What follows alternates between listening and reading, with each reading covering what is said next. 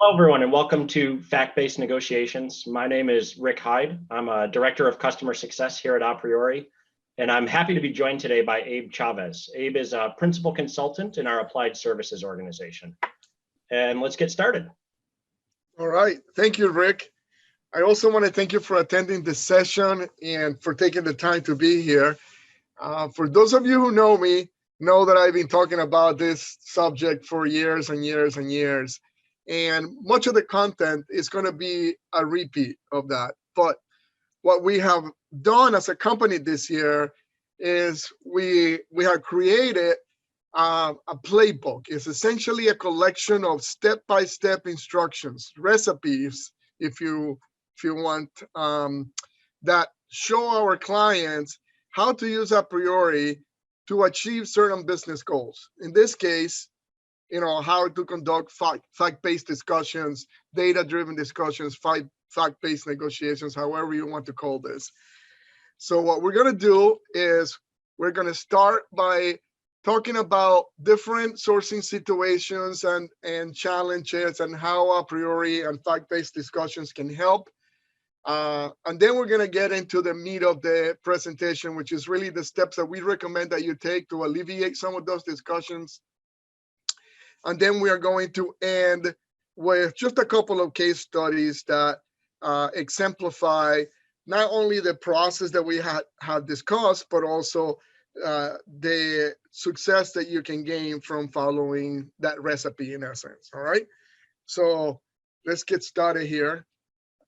Now, again, those of you who have heard me speak about this before know that I firmly believe that this method of fact-based discussions, data-driven discussions, and aPriori, and using aPriori is really a win-win for both sides, for the customer and the supplier. And I think you'll see that throughout this presentation here. But the goal of fact-based negotiations or discussions with suppliers is to ensure that you buy parts at a fair price, that you're not overpaying for the parts, right?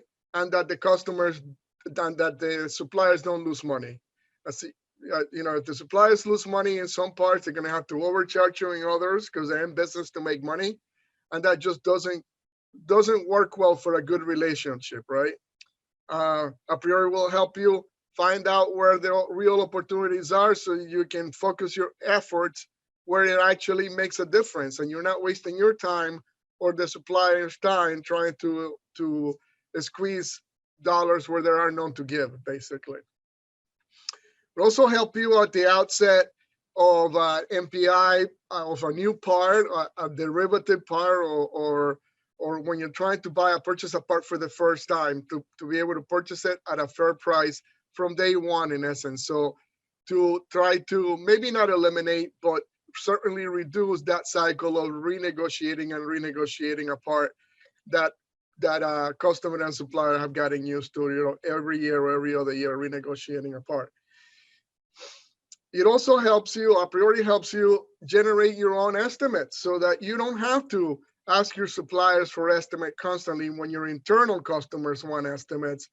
Like, again, maybe the product development team, when they're trying to decide between one concept or another, they want to get a little bit of a sense for how much each one costs. Your product management team, when they're doing their budgeting and profit loss type of predictions, they want to know how much things cost. So you are constantly sending requests to your suppliers for this type of estimates when there is really no business yet to be given. And obviously that makes you more expensive to do business with. And this would save you time because you can respond to your internal customers faster and save your suppliers time. And then last but not least, it will help you pre-match the most economical way to make the part with your supplier's capabilities. So aPriori will recommend what it believes is the most cost-effective way to make a part. And then you can send the RFQs to those suppliers who are best suited to make it most economically. And believe me, the suppliers will appreciate that, having been a supplier at one point in time, because we want to quote things that we are best suited for because we know we're competitive. And if you are not, if you're not competitive, if you think that you're not going to be competitive in in this bid, right, you still have to put the effort into responding to it, but you know you have a little chance of getting it. So it's effort that you know you're going to, that you may not have any gain from, right? And so they appreciate basically bidding to parts and components that they know that they're going to be cost effective in making so that they can be competitive. All right. So in a nutshell, we really make you more efficient and more effective. We make you more efficient by helping you figure out which parts are worth pursuing so you don't have to renegotiate every part, and make you more efficient also by determining which suppliers to send the right RFQs to. And then we make you more effective by giving you sufficient detail about the cost of the part to have meaningful discussions with the supplier. The details also help you figure out where your estimates and the supplier quote are different. Where is that gap, so that you can focus your discussions on resolving those differences. And that's where the savings will come from. So that's in a nutshell what you know, the challenges that we're trying to address here. And here's the steps that we are asking you to follow, right? To start by costing your parts. So let's not boil the ocean. Let's scope the parts that you want to cost, right? It could be all of the sheet metal parts that you're buying from this supplier. You want to see which ones are worth actually revisiting or not. It could be that you are maybe want to recost all of the castings that you're buying in China, because maybe you're trying to see if you can buy them somewhere else because of tariffs or other reasons, right? So let's scope the parts that you want to cost and collect the data to be able to cost them.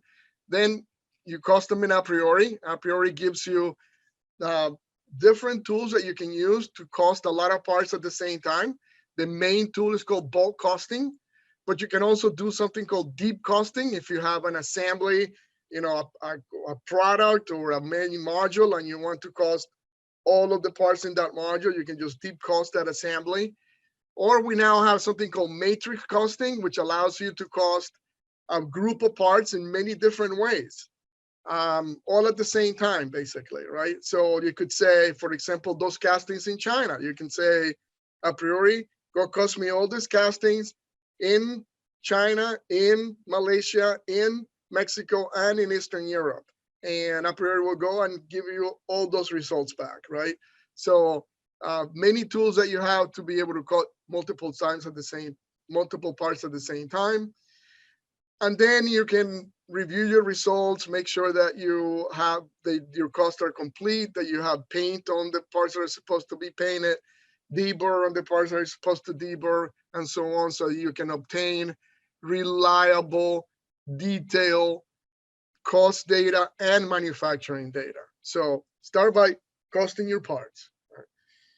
Once you have generated those costs, now we need to conduct analysis on that data, right? So we call this spend analytics, and spend analytics is really nothing more than your ability to cost many parts and then analyze many parts and bubble up the ones that have opportunity so that you can spend more time, you know, where it matters, more time making money, basically, or saving money. So that's all spend analytics is. And aPriori has many different ways to report and slice and dice that data to show you where opportunities might be. But the principal report that we encourage customers to use when doing cost analysis is the cost outlier identification report. So this report actually shows you two charts on the same page. And it is important that you look at them both at the same time. The top chart is basically showing you on the black bar here what you are currently paying for the part. So your price times the number of units you buy in a year, which becomes your spend on that part or assembly or component. And then the cost that aPriori thinks you could be getting, you know, what could be your cost, times the number of units in a year. So this is your could be spend. And the delta between the two, the difference between the two is actually your potential savings, right? What is your opportunity, basically? The bottom one is just a straight comparison. What you're paying for the part versus what aPriori thinks you could be paying for the part. And then that difference is, the percent difference is plotted over here. And the reason that you want to look at them both at the same time is because you want parts, components, assemblies where you have a sufficient difference in cost versus estimate so that you have more likelihood of actually negotiating a reduction, and enough potential savings that is worth your time, right? So for example, here, you have this part has a very large difference between what aPriori thinks you could be paying and what you're actually paying for the part, but you have very little potential savings, so that may not be worth your time, right? So this report is meant to help you figure out how to prioritize your opportunities and which ones are really worth your time, which ones are really worth spending your time on. Right. So now that you've done that, you've done a lot of good work and a lot of activity, but you have had no accomplishment yet, right? You don't have any savings. So this next step, or next set of sub-steps, is basically meant to turn those opportunities into dollars, right? So this is, how do you use now the data that aPriori gave you, couple it with the supplier information to actually get to savings, all right? And for that, we encourage what we think is, some fairly simple but very effective process, right? You start, like we said, by costing your parts in aPriori, and aPriori will help you understand where the cost of your parts is going. You use that estimate as a cost target, but notice that it's not a nice little red dot right in the middle, right? It's kind of a fuzzy target. It's, aPriori basically says the fair cost of that part, the fair price of that part, it's somewhere in this area here. And if you're close enough to that, then that's good enough. But if you're far away, that's where your opportunity is. So don't take the aPriori estimate as is accurate to the penny, because there is no such thing as an estimate like that. So you use that as a target, and now you need to get data from your suppliers, right? And I understand that the reality is that a lot of suppliers do not want to give you a detailed breakdown of the cost. And I promise you, I will talk about that in this presentation later on. But for the moment, let's just say that you do get a breakdown from your supplier. You then take that cost breakdown and you compare it to the aPriori cost details, and you figure out where that difference is. Where is the difference between your estimate and the quote? And it is on that difference that you're going to focus your conversations to resolve that difference. Now, notice that I said resolve the difference, because in some cases, there are things that you can do to lower the cost. And in some cases, there'll be things that the supplier can do to lower the cost. But the fact is that if you get to understand where the difference is, you more than likely will find a solution that will save you money. Okay, so start by getting the cost details from aPriori. I think everyone that is familiar with aPriori will know that aPriori will give you a summary of that cost. It will help you understand how much of the cost is in material and how much is in labor and overhead and so on. And if there is tooling, how much of that cost is in the tooling, right? But we also give you very detailed manufacturing and cost breakdown of every step of the process that is necessary, that is used to make that part. So in this machine casting here that we have, right, aPriori will give you both manufacturing and cost details about the casting process, what machine is used, what is the labor time and cycle time, how much material was consumed, right? And same thing for the machining side, so that you then understand of the total cost of that machine casting, which is around 160 here, how much of it was in casting and how much of it was in machining, right? This is the contribution of each process to the total cost. So that if you are buying this casting, right, aPriori will tell you the fair price of this casting is about $160. And let's say that you're paying $250 for it. That will bubble up on your expense analysis, and they'll say, hey, there is a big difference between what you're paying and what you could be paying, basically. And now you can have a conversation with the supplier and just basically start by going down line by line. And you can say, hey, I did an estimate of this casting. It's not fitting too well with the quote that I had from you. I estimate that the casting portion is about $150. The supplier might say, yeah, it's about 155. That's close enough, right? No argument there. Now you can go down and say, I estimate the machining should have been, $10, $11, $12, something like that. Supplier can say, no, that's a lot more than that. You see, I do machine castings, but all I have is 3-axis mills because most of the time I just drill holes and I finish a couple surfaces. But I don't have a lathe, and yours requires some turning. So I had to send it out. So I had to, package it. I had to pay for shipping. I had to pay a supplier to do the machining. They had to ship it back to me, right? And then I had to inspect it on the way here. And for all of those external processes, not only I have to pay, but I have to charge you a premium because I have to manage it. I'm running the risk. If that person messes up the machining, maybe I have to pour another casting. And that's the most expensive portion of it, right? So I'm running that risk. So I have to charge you a premium for that, right? So at that point, now you understand. You understand why there was a difference, where there was a difference, and now you have decisions to make.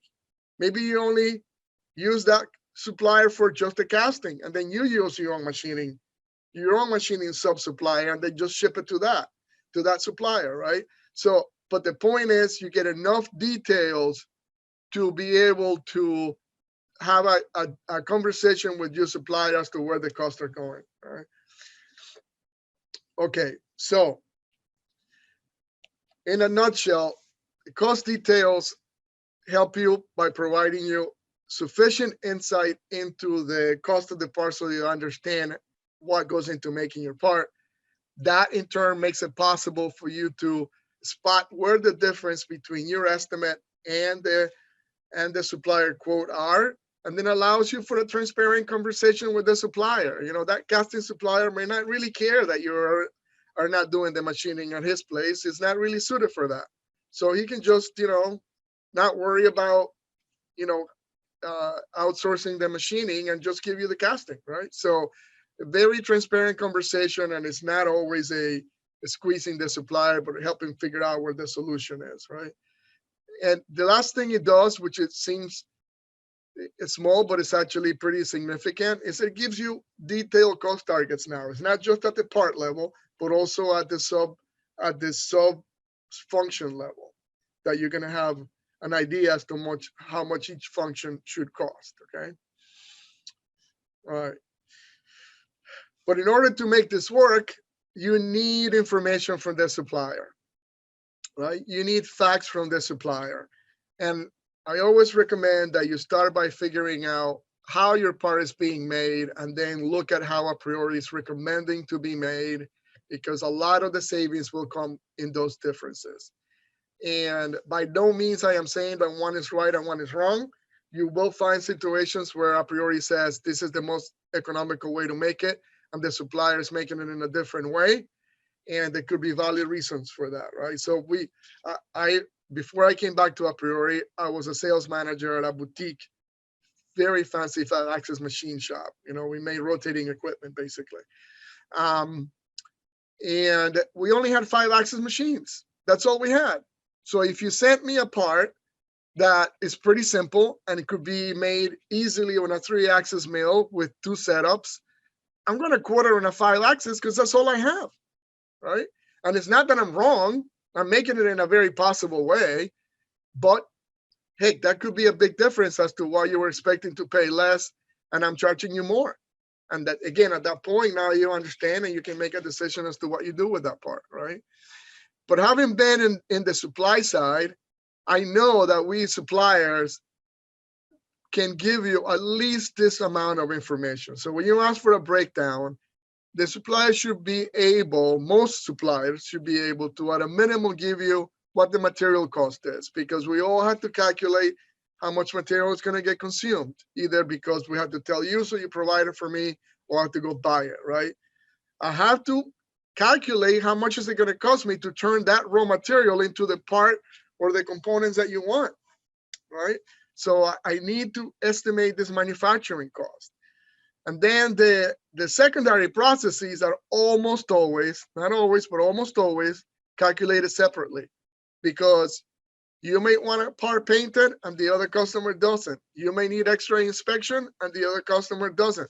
So those secondary processes are typically calculated separately. Obviously, if you need assembly, you made parts, now you have to put them together. That typically is another cost that is calculated separately because some people don't need assembly. And then any one-time costs are always going to be that way, right? They're fixtures, tooling, programming, things like that. So at the bare minimum, a supplier should be able to give you this type of a breakdown. All right. Even when you get that type of a breakdown, though, you're not done yet.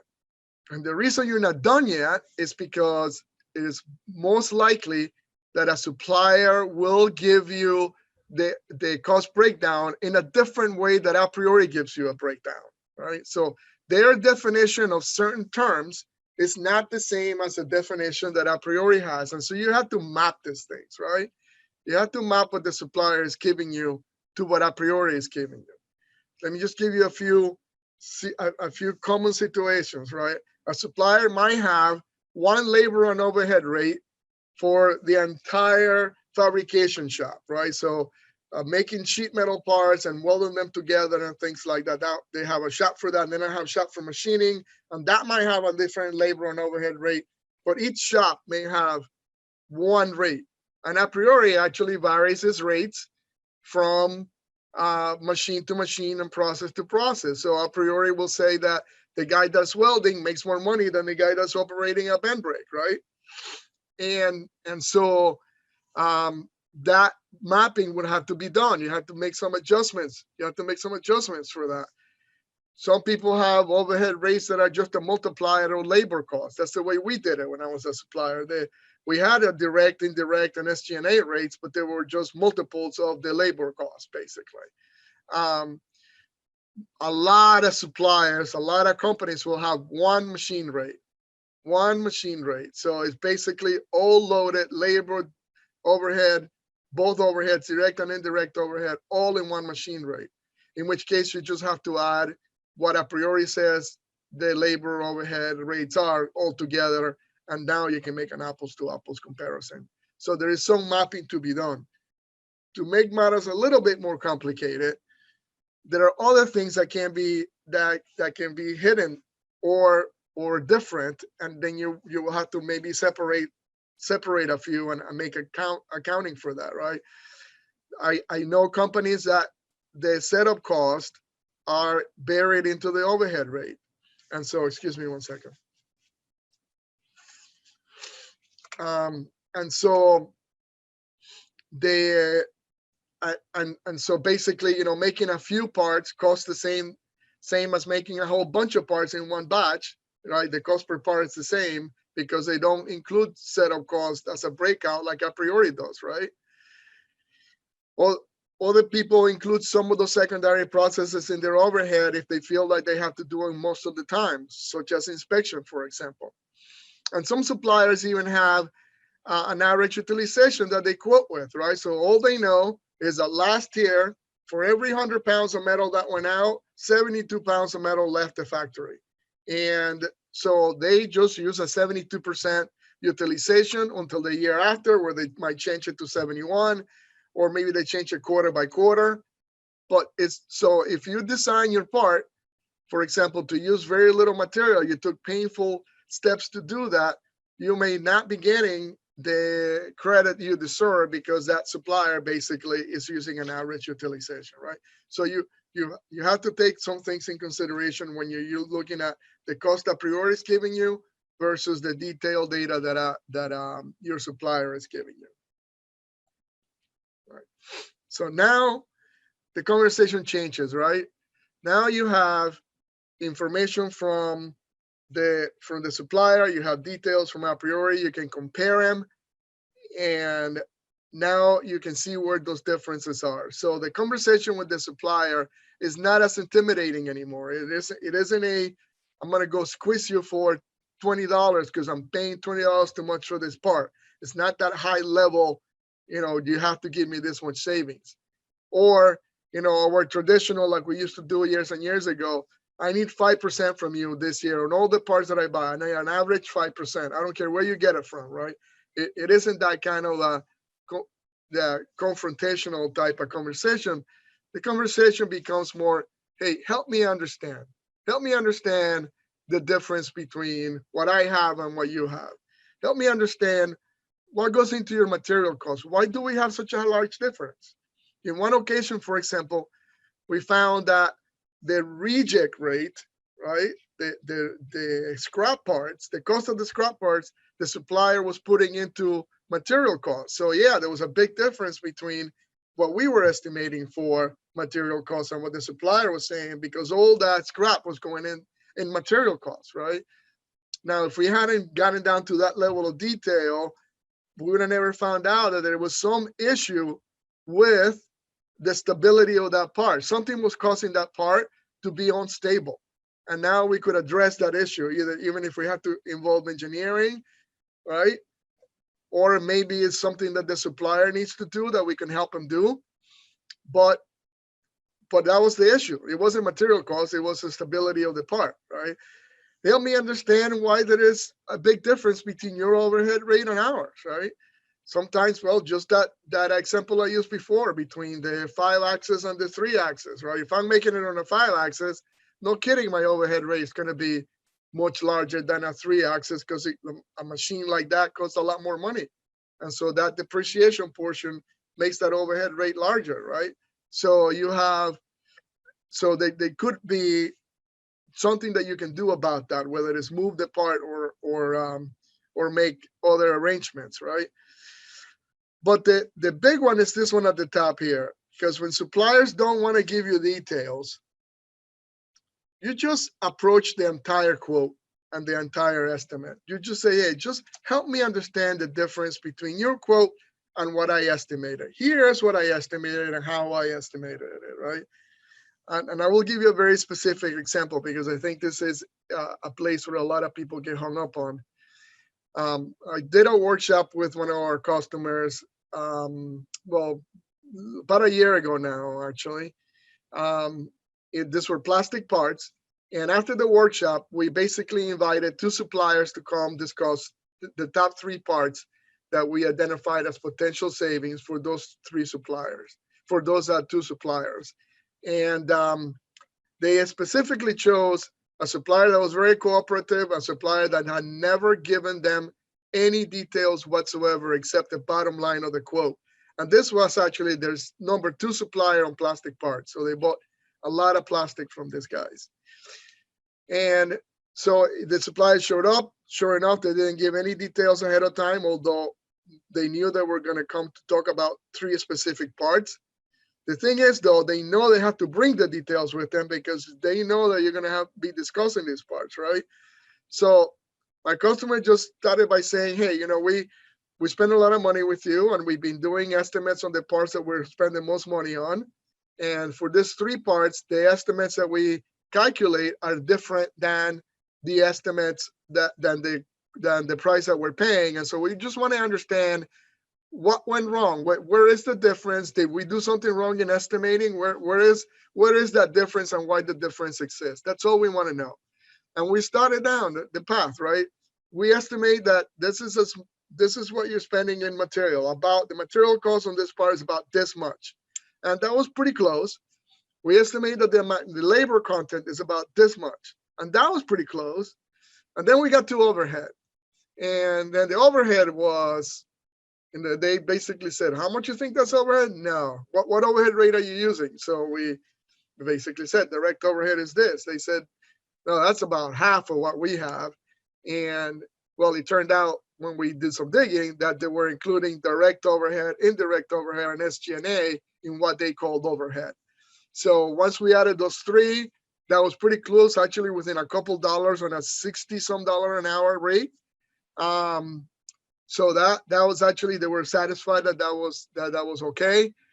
But then the price was still off, right? It turns out it was cycle time. So we started digging and digging and much, because you got to just multiply those race times cycle time to get cost, right? And the cycle time that they had was about twice as what we were estimating, but they had been making that part for a long time. And that part had been made for even longer because they inherited the mold. So that mold came from another supplier to them. And the automatic inserts, the cores that go in and out, basically, didn't work anymore. So they had to pause the mold and put the inserts manually and then let the mold go. All right. So it was causing a significant increase on cycle time. All right? So was the supplier wrong? Not really. Was aPriori wrong? Not really. But you found the difference. You knew why the difference was. And in fact, this customer asked, I understand now why this is, but why didn't you say something? The guy said, I told you, I have asked for a new mold. I think he said twice already, and I don't hear anything back from you. But the person that buys the mold, the CapEx guy, is different than the piece part guy. And so the CapEx guy is looking at this thing and saying, hey, I don't hear any complaints on quality or anything from this part. I already have a mold. I'm going to spend my money buying molds for parts that I don't have a mold on, right? So it doesn't prioritize them until they got together and understood that the piece part cost was suffering by a lot. And make a long story short, they got a new mold, right? So that's what I said. Sometimes it's about understanding the difference and not really just squeezing the supplier, right? So that's how you deal with a supplier that doesn't want to give any details. After that, if you do this a few times, they will begin to actually give you details, because they'll understand that it's not about squeezing them. It's about figuring out where that difference is. All right. So now, so given that, aPriori says, that's how you use the facts, right? You get the facts from aPriori, you get information from the supplier, and then you find solutions from the discussions with the supplier. And like I said before, you start by confirming the manufacturing process, right? You ask if any of the secondary processes are done internally or externally, and you'll find that a lot of times they are done externally. Find out what premium you're being charged, right? I told you already, I was a supplier. We charged 50%, and I kid you not. Anything that we paid for externally, we tagged a 50% premium on top of that. All right. Now that's high for just about anything. But there are some things that require a little more premium and some things that require much less premium. So for example, even for transportation costs, we added 50%, right? So you have to understand what they're adding the premium to and how much premium you're paying, and then see if you can negotiate those premiums down, right? Because by the way, we charge you profit on top of that, because that premium is what we say, okay, it cost us, we paid this plus managing it is another 50%. So we charge you 50%, and then we charge you that markup, the profit, we charge you on top of that. So it's like salt on the wound, right? So after you're done with that, now investigate, right, every aspect of the cost and see where your difference is and see if anything you can do about it. Like, we talked about material costs, right? But people like GE, Clyde Union, General Motors, all those guys drop shipped material to us because they could buy it a lot cheaper than we could. And I understand many of you may already be doing something similar to that, or giving access to your distributors, material distributors, to your suppliers. But again, it's about finding finding where the problem is. It could be that your part, it's a very well-designed part that should have a 80-some% utilization, and your suppliers are charging you an average 72%. And then it becomes a negotiation, right? I understand that that's your average, but you got to understand that, 70-75% of the cost of this part is material, and 10% of that, if I give you a 10% points in utilization, that's another 7% that you're making on that part. So sometimes it opens the door for a negotiation, right?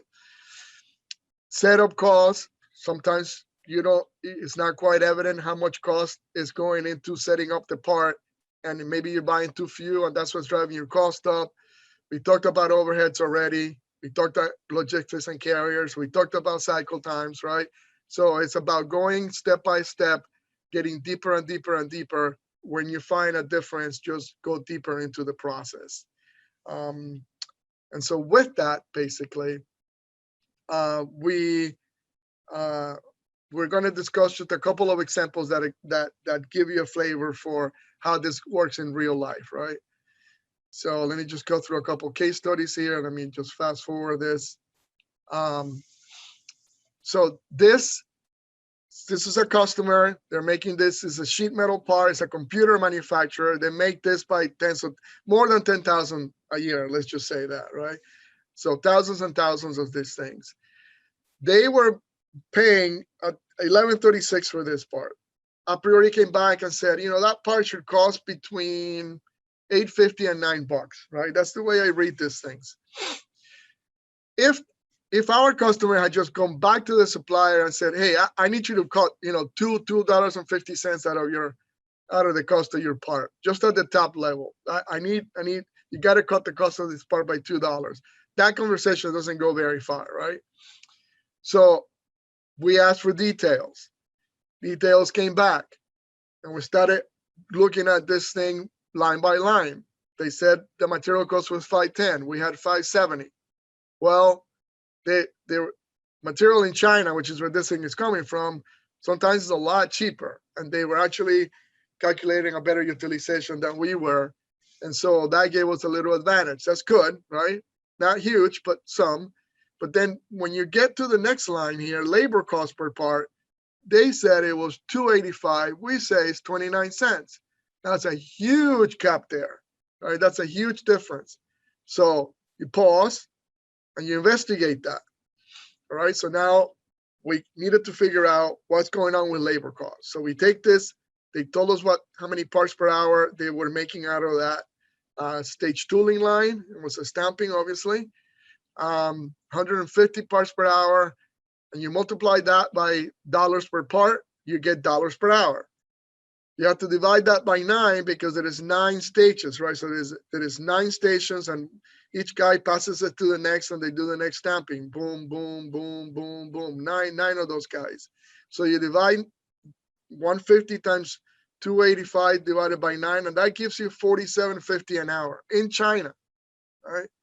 So that's about 10 times as much as we have seen on other parts, because we did the math for other parts, and we came up between, I think the highest one was 510 and the 520 actually, and the lowest one was 490. So between 520 and 490, so right around $5 an hour for some of the other parts, and this one was $47.50. Right, something went wrong. There was a mistake made somewhere, right? And now becomes a much easier conversation. Now that you got to the bottom of it, because you dig down into where the difference was and why there was a difference, figure out that, hey, that conversation with the supplier now becomes a lot easier, okay?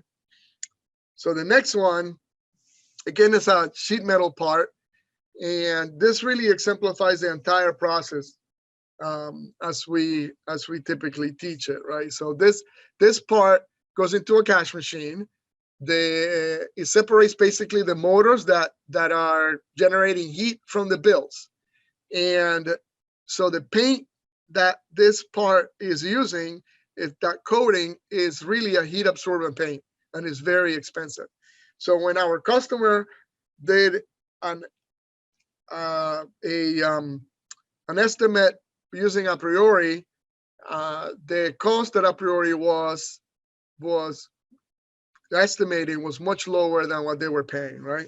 So they looked at material cost that was about the same, the setup cost was about the same, the making cost was about the same, and sure enough, where the big difference was in paint cost, right? So now they dug into the paint cost. Turns out the paint was being done by a sub-supplier, not just the supplier, as it often is, right? So the first thing that the customer did is they went into the aPriori code and make sure themselves that we were estimating the cost of paint in an acceptable manner, something that was acceptable to the industry, and so that they had more confidence in the number that was coming out. Then they dug into what assumptions we were making, because this process requires certain assumptions, right? The cost of paint per pound, for example, the density of the paint, things like that. And then they edited those terms, right? So they put a paint that costs $50 a kilo in, right? Now the moment that they found out that this paint was really that expensive, and that aPriori didn't have any paints that were that expensive, right? Maybe, I forget what it is, but I think the highest cost of paint is like $8 a kilo. They could have stopped there. They could have just said, oh yeah, that difference is because there is a huge difference in the cost of paint, and they could have gone nowhere from there, but they didn't. They actually edited all those fields, and they recalculated the cost, and this cost was still high.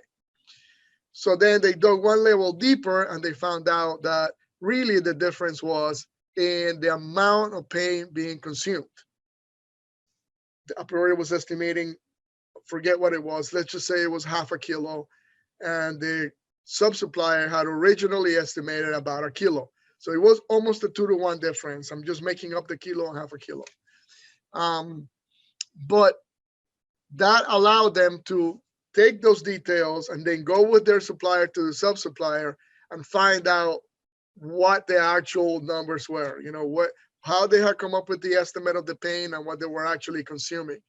And because the paint was so expensive, the customer did have records, and they had records of how much paint they loaded in the tank, and then how many parts were in each batch. And they had been making the part for a few years, so they knew they could calculate an average of paint consumption per part, basically. And sure enough, that was a lot closer to what aPriori was saying than what they had originally estimated. And again, now it became a much easier conversation where the cost to the supplier became lower, and that rolled up to about $15 a part savings for the customer, basically, on a part that they make tens of thousands of. So again, both of these examples are just meant to exemplify the process and what you can gain from following the process. In essence, it's about getting to the bottom of where the difference is. So with that, I will ask if you have any questions. Thanks so much, Abe. There are a few questions here. I don't think we'll have time for all of them. But one question that came through was, what do you think about the tactic of not sharing the model with your supplier, but alternatively requiring them to defend their price? In this person's experience, it was, if you provide the supplier your modeled price, they'll want to dig into all of the details, and it could drag on for an extended period of time. So I think that in the beginning, it just out of the gate, it's just like letting somebody bid first, right? It's like, do I provide this cost target even before I get the bids back? So, and the answer is always no. You let people bid first, and then you can have a cost target on the second round, basically. But I do agree that you basically tell the customer, hey, I did an estimate. We think that there is a discrepancy on this part, on these 2 parts, on these 3 parts. Can you relook at this part and see if you can come closer to around this much, right? And let them come back and see if they can come down in price. And if they don't, then you find out where the difference is, because they may not understand. So this guy's, for example, this last example, the supplier would have not understood why there was a difference anyway. And they would have probably said, I can give you a couple % more, but really not the difference that you're looking for. And then you can dig into the details, right? But yes, I think that it's a good idea to let them come back with something. And in fact, I had in one of the presentations that I've done in the past, I've done those two parallels. Is basically, hey, if you want to save some time, just tell them, can you take a relook at this part and can you rebid, right? So, Yep. so I kind of agree. Excellent. Thanks, Abe. And maybe one more, if folks don't mind if we go a little bit over. In this participant's experience, for new parts or development quotes, he finds that the suppliers tend to pad the estimate with very conservative cycle times. He's curious on your thoughts on how to describe or drive the discussion around the correct cycle time, as the conservative cycle times become a sunk cost later when they realize the actuals. Right. So having been on the supplier side, I will tell you that we do that when there is some risk that the supplier is taking when they take on a new part. They never made it before, right? So they don't have any experience in doing that. They can estimate the cycle time, but they don't know how much it is. So I'm going to pad it a little bit, right? And I don't have an optimal process for making your part yet, right? So for example, if it's a machine part, for example, I may start with a program that works, but it's cutting air for a lot of percentage of the time. Maybe 30% of the cut time is air time. And so I know that before I get to a chance to perfect that program, it's going to be more expensive for me. I am going to be using that machine longer. So I am going to pad. But it's good to use aPriori to say, hey, at some point, you're going to get stable and you're going to get to this price. And now let's figure out what a fair initial price is, but let's have a goal to get to this price within the first 100 parts, or I think you have to work with them on that learning curve, so to speak, and use aPriori for what your stable price will be, right? While still allowing them for charging you a little more in the beginning to absorb the risk of not knowing exactly what it's going to cost them, right? If the part is very similar to others, a lot of this goes out the door, right? So we tried a couple of these things. So we made a lot of wheels for GE, a lot of compressors for GE, where the diameters were, between 24 inches and 20 inches. Number of blades may have changed between 17 blades and 20 blades, 21 blades. And the twist on the blades may be a little different, but same material, right? Same basic design. And we pretty much knew how to create a program that was effective for that, right? So if the part is very similar to something they've been making, then that risk and that non-perfection cost should be a lot lower, if not non-existent, right? So we got caught doing things that because we want to price every new part as a new part. So we would charge for the fixture every time. And at one point, GE came back and said, wait a minute, all these wheels are about the same. Why are you charging me for the fixture again? I'm sure you can use the fixture that you use for that one for this one. And they had to be balanced. So we had a balancing arbor, right? So we charge for a new balancing arbor. They said, no. Yeah, this one is a little bigger. I get you. You go ahead and charge me for one. But this one, you should be able to use the same as the other one. So yeah, you got to pay attention as to whether it really truly is a new part or is it's new, but it's similar, right? Hope that makes sense.